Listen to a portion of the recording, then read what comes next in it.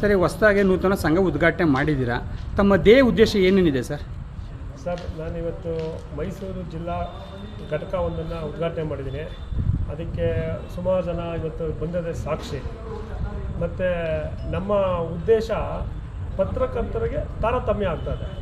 ಇದ್ರ ಬಗ್ಗೆ ಪತ್ರಕರ್ತರು ಮಾತ್ರ ಗೊತ್ತು ಯಾವ ಕಾರಣಕ್ಕೋಸ್ಕರ ತಾರತಮ್ಯ ಆಗ್ತದೆ ಅನ್ನೋದು. ಇವತ್ತು ಪತ್ರಕರ್ತರಿಗೆ ಮುಖ್ಯಮಂತ್ರಿಯವರು ಎಲ್ಲ ಥರದ ಆಶ್ವಾಸನೆಗಳು ಕೊಟ್ಟಿದ್ದಾರೆ. ಪಾಸ್ ಕೊಟ್ಟಿದ್ದಾರೆ, ಆರೋಗ್ಯ ವಿಮೆ ಕೊಟ್ಟಿದ್ದಾರೆ, ನಿವೇಶನದ ಬಗ್ಗೆ ಯೋಚನೆ ಮಾಡ್ತಾರೆ, ಎಲ್ಲನೂ ಆಗ್ತಾಯಿದೆ. ಅವೆಲ್ಲವೂ ಸಹ ಪತ್ರಕರ್ತರಿಗೆ ಆಗ್ತಾ ಇಲ್ಲ. ಅಕ್ರಿಡೇಷನ್ ಕಾರ್ಡ್ ಯಾರು ಹೊಂದಿದ್ದಾರೋ ಅವ್ರಿಗೆ ಮಾತ್ರ ಕೊಡೋದಕ್ಕಂತ ಹೋಗ್ತಿದ್ದಾರೆ. ಆದರೆ ಹೇಳೋ ಉದ್ದೇಶ ಏನು ಅಂದರೆ, ಸರ್ಕಾರ ಪತ್ರಕರ್ತರಿಗೆ ಎಲ್ಲ ರೀತಿಯ ಸವಲತ್ತು ಕೊಡ್ತಿದ್ದೀವಿ ಅಂತ ಹೇಳುತ್ತೆ. ಆದರೆ ಎಲ್ಲ ಪತ್ರಕರ್ತರಿಗೂ ಸಿಗ್ತಾ ಇಲ್ಲ. ಅದು ಬರೀ ವಾರ್ತಾ ಇಲಾಖೆಯಲ್ಲಿ ಯಾರು ನೋಂದಣಿ ಅಂತ ಮಾಡಿಕೊಂಡು ಏನು ಅಕ್ರಿಡೇಷನ್ ಕಾರ್ಡ್ ಪಡೆದಿದ್ದಾರೆ ಅವ್ರಿಗೆ ಮಾತ್ರ, ಬೆರಳೆಣಿಕೆ ಎಷ್ಟು ಜನಕ್ಕೆ ಮಾತ್ರ ಅದು ಸವಲತ್ತುಗಳು ಸಿಗ್ತಾ ಇದೆ. ನಮ್ಮ ಉದ್ದೇಶ, ನಾವು ಎಲ್ಲ ರೀತಿಯ ಪತ್ರಕರ್ತರು, ನಮಗೂ ಎಲ್ಲ ರೀತಿಯ ದಾಖಲೆಗಳು ಇದೆ ನಮ್ಮ ಹತ್ರ. ಒಂದು ಪತ್ರಿಕೆ ನೋಂದಣಿ ಆಗಬೇಕಾದ್ರೆ ಏನೇನಾಗಬೇಕು ಎಲ್ಲನೂ ನಮ್ಮ ಹತ್ರ ಇದೆ. ಅದರಿಂದ ಪತ್ರಕರ್ತರು ಅಂತಂದಮೇಲೆ ಎಲ್ಲರನ್ನೂ ಒಂದೇ ರೀತಿಯಲ್ಲಿ ನೋಡಿ, ತಾರತಮ್ಯ ಮಾಡಬೇಡಿ. ಸವಲತ್ತುಗಳು ಏನೇನು ಕೊಡೋಕೆ ರೆಡಿ ಇದ್ದೀರಾ ಆ ಎಲ್ಲ ಸವಲತ್ತುಗಳನ್ನು ಪತ್ರಕರ್ತರು ಯಾರಿದ್ದಾರೆ ಅವರೆಲ್ಲರಿಗೂ ಕೊಡಿ. ಈಗ ರಾಜ್ಯಾದ್ಯಂತ ಪ್ರವಾಸ ಮಾಡ್ತಾ ಇದ್ದೀರಾ, ಪತ್ರಕರ್ತರು ಯಾವ ರೀತಿ ನಿಮಗೆ ಸಹಕರಿಸ್ತಾ ಇದ್ದಾರೆ ಸರ್? ಒಳ್ಳೆ ರೀತಿ ಸಹಕಾರ ಕೊಡ್ತಾರೆ. ಅದಕ್ಕೆ ಕಾರಣ ನೀವೇ ನೋಡ್ಬೋದು. ಯಾಕೆ ಅಂದರೆ ಪತ್ರಕರ್ತರು ಅಂತ ಅಂದ್ಬಿಟ್ಟು ನಾವೇನು ಹೇಳ್ತಾ ಹೋಗಿದ್ದೀವಿ, ತುಂಬ ಜನ ಪತ್ರಕರ್ತರಿದ್ದಾರೆ. ಆದರೆ ಆ ಎಲ್ಲ ಪತ್ರಕರ್ತರಿಗೂ ಸವಲತ್ತುಗಳು ಸಿಕ್ಕಿಲ್ಲ.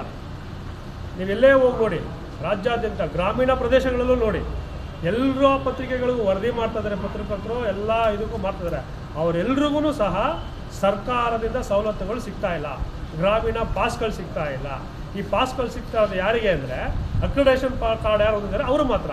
ಆಮೇಲೆ ಅಕ್ರಿಡೇಷನ್ ಕಾರ್ಡ್ ಯಾರು ಸಿಗ್ತಾ ಇದೆ? ಪ್ರಜಾವಾಣಿ, ವಿಜಯ ಕರ್ನಾಟಕ, ದೊಡ್ಡ ದೊಡ್ಡ ಪತ್ರಿಕೆಗಳು ಸಿಗ್ತಿದೆ. ದೊಡ್ಡ ದೊಡ್ಡ ಪತ್ರಿಕೆಗಳಿಗೆ ಲಕ್ಷಾಂತರ ಜಾಹೀರಾತುಗಳು ಹೋಗ್ತಿದೆ. ಪ್ರತಿಯೊಬ್ಬರು ಉನ್ನತವಾಗಿ ಆಗರ್ಭ ಶ್ರೀಮಂತರಾಗಿದ್ದಾರೆ. ಅವರು ಅಂಥವ್ರಿಗೆ ಮಾತ್ರ ಇವತ್ತು ಇದು ಹೋಗ್ತಾ ಇದೆ. ಆರೋಗ್ಯ ವಿಮೆ ಹೋಗ್ಬೋದು, ಪಾಸ್ಗಳು ಹೋಗ್ಬೋದು, ಅದು ಹೋಗ್ತದೆ ಹೊರತು ಬಡ ಪತ್ರಕರ್ತರು, ನಾವೆಲ್ಲ ಪತ್ರಕರ್ತರು ಯಾವುದೇ ರೀತಿಯ ಸವಲತ್ತುಗಳು ಸಿಗ್ತಾ ಇಲ್ಲ. ಆರೋಗ್ಯ ವಿಮೆಗಳು ಸಿಗ್ತಾ ಇಲ್ಲ. ಯಾವುದು ಸವಲತ್ತುಗಳು ಸರಿಯಾದ ರೀತಿಯಲ್ಲಿ ಸರಿಯಾದ ಪತ್ರಕರ್ತರು ಸಿಗ್ತಾ ಇಲ್ಲ. ಇದ್ರ ಗಮನ ಹರಿಸ್ಕೊಂಡು ತಾವೇನಾದ್ರು ಮುಖ್ಯಮಂತ್ರಿಯಿಂದ ಮನವಿ ಕೊಟ್ಟಿದ್ರೆ? ತಾವೇನಾರು ಇನ್ನೂ ಕೊಟ್ಟಿಲ್ಲ, ಕೊಡಬೇಕು ಅಂತ ಇದ್ದೀವಿ. ಮತ್ತು ನಾವು ಆಲ್ರೆಡಿ ಒಂದ್ಸಲಿ ಮುಖ್ಯಮಂತ್ರಿಯವರ ಮಾಧ್ಯಮ ಸಲಹೆಗಾರರಿಗೂ ನಾವು ಇದನ್ನು ಲೆಟ್ರ್ ಕೊಟ್ಟಿದ್ದೀವಿ.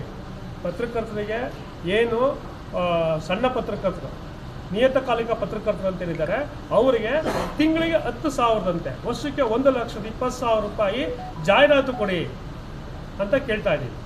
ಅದರ ಜೊತೆಗೆ ಪತ್ರಕರ್ತರಿಗೆ ಅಂತಲೇ ಇವಾಗ ನೀವು ನೋಡ್ಬೋದು, ಎಲ್ಲ ರೀತಿಯ ಇಲಾಖೆಗಳಲ್ಲಿ, ಬ್ಯಾಂಕ್ಗಳಾಗ್ಬೋದು, ಕೋರ್ಟ್ಗಳಾಗ್ಬೋದು, ಸರ್ಕಾರ ಅಧಿಕಾರಿಗಳಾಗ್ಬೋದು, ಅವರೆಲ್ಲರಿಗೂ ನಿವೇಶನಗಳಿದೆ, ಅವ್ರದ್ದೇ ಆದಂಥ ಲೇಔಟ್ಗಳಿದೆ. ಇಲ್ಲಿ ಯಾವ ಪತ್ರಕರ್ತರಿಗೆ ಲೇಔಟ್ ಅಂತ ಆಗ್ತಾ ಇದೆ? ಎಲ್ಲೂ ಸಹ ಯಾವುದೇ ಪತ್ರಕರ್ತರಿಗೆ ಸಣ್ಣ ಸಣ್ಣ ನಿವೇಶನ ಕೊಡೋದು ಬದಲು 20-30 ಸೈಟ್ಗಳು ಆ ಜಿಲ್ಲೆಗಳಲ್ಲಿ ಕೊಡಿ, ಎಲ್ಲರೂ ತಗೊಳ್ತಾರೆ.